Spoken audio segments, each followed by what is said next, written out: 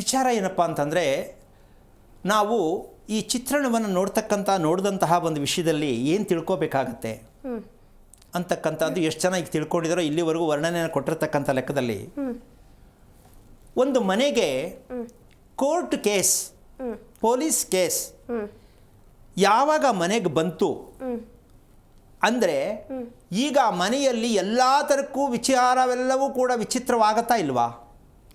Court case ಯಾವಾಗ ಕುಟುಂಬಕ್ಕೆ ಬಂತು ಎಲ್ರಿಗೂ ಬೇಜಾರಾಗುತ್ತಾ ಇಲ್ವಾ? ಬೇಜಾರಾಗುತ್ತೆ ಅಲ್ವಾ? ಒಂದ್ ಕಡೆ ಬೇಜಾರು, ಒಂದ್ ಕಡೆ ಹಣ ಕಳೀತಾ ಹೋಗ್ಬೇಕು, ಒಂದ್ ಕಡೆ ಆಸ್ತಿ ಮಾರ್ತಾ ಹೋಗ್ಬೇಕು. ಹೌದಾ? ಈಗ ನಿಜವಾಗಿಯೂ ಬಡತನ ಪ್ರಾಪ್ತಿ ಆಯ್ತಾ ಇಲ್ವಾ? ಬಡತನ ಬಂತಲ್ಲೇ ಅಲ್ವಾ?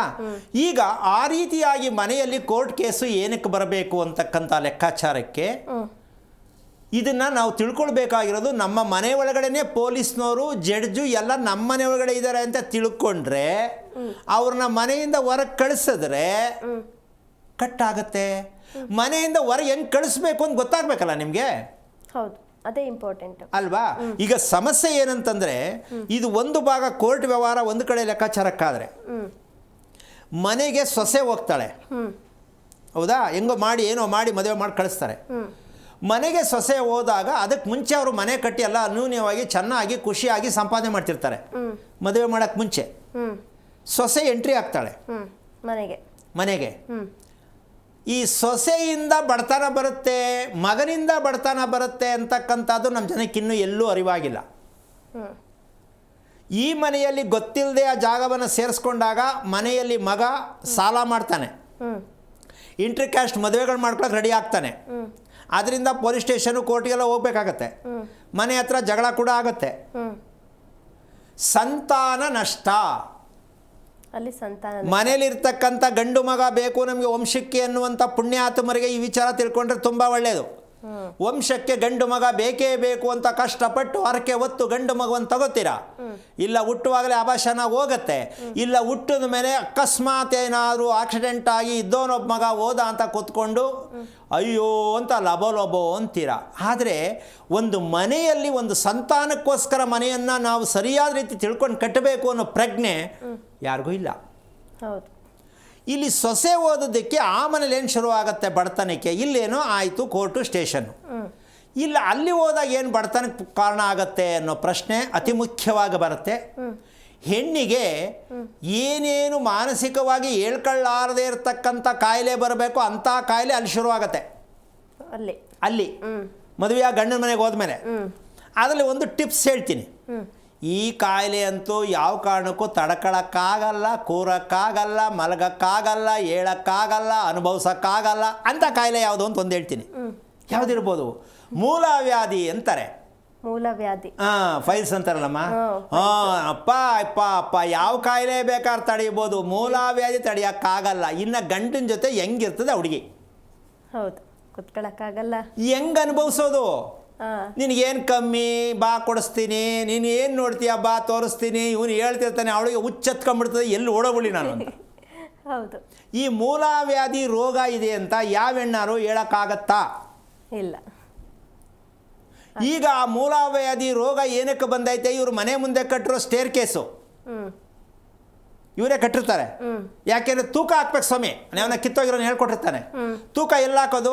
ಒಂದು ಬೆಡ್ರೂಮ್ ಕಡೆ ಹಾಕೋದು, ಇಲ್ಲ ಅಡುಗೆ ಮನೆ ಕಡೆ ಹಾಕೋದು. ಇದು ಬಿಟ್ಟರೆ ನಮ್ಮ ಜನಕ್ಕೆ ಸ್ಟೇರ್ ಕೇಸ್ ಎಲ್ಲ ಹಾಕೋದು ಅಂತ ಗೊತ್ತೇ ಇಲ್ಲ.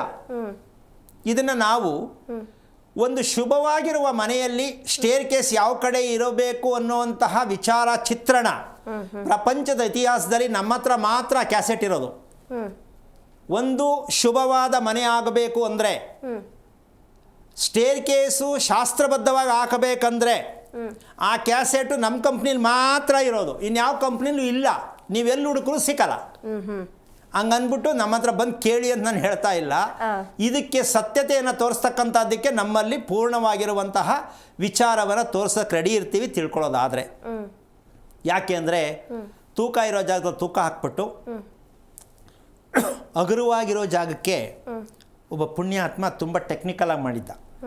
ಈ ಭಾಗ ಉತ್ತರ ಈಶಾನ್ಯ ತುಂಬ ಹಗುರವಾಗಿರಬೇಕು, ಮಲಗೋ ಬೆಡ್ರೂಮ್ ಕಡೆ ತುಂಬ ತೂಕವಾಗಿರಬೇಕು ಅಂತ ಪುಸ್ತಕ ಬರೆದಿರ್ತಾರೆ ಅಲ್ವಾ? ಅದಕ್ಕೊಬ್ಬ ಪುಸ್ತಕ ಓದಿ ಏನು ಮಾಡಿದ್ದ ಪ್ರಳಯಾಂತಕ ಅಂದರೆ, ಆಪಲ್ ಬರುತ್ತಲ್ಲಮ್ಮ ಬಾಕ್ಸು ತುಂಬ ತೆಳುವಿರುತ್ತೆ, ಹಾಂ ತೂಕ ಕಮ್ಮಿ ಇರಬಾರ್ದು ಅಂತ ಅದನ್ನೇ ಸೇರಿಸ್ಬಿಟ್ಟು ಗೋಡೆ ಹೊಡೆದಾಕ್ಬಿಟ್ಟು ಅದು ಕಟ್ಟಿದ್ದ. ಹಾಂ ಅಂದರೆ ಇಂಥ ಬುದ್ಧಿವಂತರುಗಳು ತುಂಬ ಇದ್ದಾರೆ ನಮ್ಮಲ್ಲಿ. ಹಾಂ ಏನು ಹೇಳು, ಆ್ಯಪಲ್. ಪುಸ್ತಕದಲ್ಲಿ ಇರ್ತಕ್ಕಂಥದ್ದು ಸತ್ಯ ಅಂದ್ಕೊಂಡು ಎಷ್ಟು ಥರ ಪುಸ್ತಕ ಇರುತ್ತೆ, ಎಷ್ಟು ಜನ ಬರೆದಿರ್ತಾರೆ, ಅದ್ರ ಸತ್ಯ ಯಾವುದು ಅಂತ ಹೆಂಗೆ ಗೊತ್ತಾಗತ್ತೆ? ಪುಸ್ತಕ ಒಂದೇ ಥರ ಇರುತ್ತಾ? ಹೌದು, ಇಲ್ಲ. ಬೇರೆ ಬೇರೆ ಥರ ಇರುತ್ತೆ. ಪಂಚಾಂಗ ಒಂದೇ ಥರ ಇರುತ್ತಾ? ಇಲ್ಲ, ಎಲ್ಲ ಬೇರೆ ಬೇರೆನೆ. ಒಬ್ಬ ವ್ಯಕ್ತಿ ಒಂದೇ ದಿನ ಎಲ್ಲ ಹುಟ್ಟಿರ್ತಕ್ಕಂಥ ಒಂದೇ ದಿನ ಹುಟ್ಟಿರ್ತಾರಾ? ಇಲ್ಲ. ಹಾಗಿದ್ದ ಮೇಲೆ ನೀವು ಯಾವುದು ಒಂದು ರೀತಿ ಇಲ್ಲ ಅಂದಮೇಲೆ ಯಾವುದು ನಂಬಿ ಬದುಕ್ತೀರಾ? ಹೌದು ಅಲ್ವಾ? ಅದಕ್ಕೇನು ಮಾಡಬೇಕು ಅಂದರೆ ನೀವೇ ಅದಕ್ಕೆ ಹತ್ರ ಆಗಬೇಕು. ಏನು, ಯಾವುದು ಸರಿ ಯಾವುದು ತಪ್ಪು ಯಾವುದು ಇಲ್ಲ ಅಂತ ನನ್ನ ಕಾರ್ಯಕ್ರಮದಲ್ಲಿ ಹೇಳಿದೆ. ತಪ್ಪು ಸರಿ ಇಲ್ಲವೇ ಇಲ್ಲ. ಯಾಕೆ ಅಂದರೆ ನೀವು ತಿಳ್ಕೊಳ್ಳೋವರೆಗೂ, ತಿಳ್ಕೊಂಡ್ಮೇಲೆ ನೀವು ಅದನ್ನು ಒಪ್ಕೊಳ್ಳೋದೇ ಇಲ್ಲ. ಇಲ್ಲ ಬಿಡ್ರಿ, ಜೀವನದಲ್ಲಿ ತೃಪ್ತಿಯಾಗಿದ್ದೀನಿ ಅನ್ನೋ ಮನಸ್ಥಿತಿ ನಿಮಗೆ ಬಂದ್ಬಿಡತ್ತೆ. ಆದರೆ ಅದು ಬೇರೆಯವರಿಂದ ನಿಮ್ಗೆ ಲಭ್ಯವಾಗಲ್ಲ. ಇಲ್ಲಿ ಕೇಳ್ತಾರಲ್ಲ ಫೋನ್ ಮಾಡಿಬಿಟ್ಟು, ಜ್ಯೋತಿಷ್ಯ ಕೇಳ್ತಾರಲ್ಲಮ್ಮ, ಹೌದು, ನನಗೆ ನೆಮ್ಮದಿ ಇಲ್ಲ ಸ್ವಾಮಿ ಅಂತ ಅವ್ರು ಹೇಳಿದ್ರೆ ಇವ್ರೇನೋ ಒಂದು ಕತೆ ಹೇಳ್ತಾರೆ. ಅದು ಮಾಡಿಸಿ ಇದು ಮಾಡಿಸಿ ಆ ಕಡೆ ಮಾಡಿ ಎಳ್ಳೆಣ್ಣೆ ದೀಪ ಹಚ್ಚಿ ಏನೋ ಒಂದು ಹೇಳ್ತಾರೆ. ಇದರಿಂದ ಎಲ್ಲ ಮನುಷ್ಯ ಬದಲಾವಣೆ ಆಗ್ತಾನೆ ಅಂತಕ್ಕಂಥ ವಿಚಾರ ನಮ್ಮ ಜನಕ್ಕೆ ಇನ್ನೂ ಅರ್ಥನೇ ಆಗಿಲ್ಲ. ಅವ್ರು ಹೇಳಿದ್ದನ್ನು ಒಪ್ಕೊಂಡು ಬರ್ಕೊಂಡು ಮಾಡ್ತಾರೆ ಎಷ್ಟೋ ಜನ. ಹೌದು, ಆದರೆ ಅದು ಅವರೇ ಅರ್ಥ ಮಾಡ್ಕೋಬೇಕು ಇದು ಎಷ್ಟು ಮಟ್ಟಕ್ಕೆ ಸತ್ಯ ಇದರಲ್ಲಿ ಇದೆ ಅಂತ. ವಿಷಯ ಇಷ್ಟೇ, ಎಲ್ಲವೂ ಹೇಳಿದ್ದೆಲ್ಲ ಸುಳ್ಳು ಆಗಲ್ಲ, ಎಲ್ಲವೂ ಸತ್ಯ ಆಗಲ್ಲ. ಯಾಕೆ? ನಿಮಗೆ ಅದರ ಬಗ್ಗೆ ಪೂರ್ಣವಾಗಿರ್ತಕ್ಕಂಥ ಪ್ರಜ್ಞಾಸ್ಥಿತಿ ಬಂದಾಗ ನೀವೇ ಡಿಸೈಡ್ ಮಾಡ್ತೀರಾ ಇದು ಯಾವ ರೀತಿಯಲ್ಲಿ ನಾನು ಬದುಕ್ತಾ ಇದ್ದೀನಿ ಅನ್ನೋದು ನಿಮಗೆ ಕ್ಲೂ ಗೊತ್ತಾಗತ್ತೆ.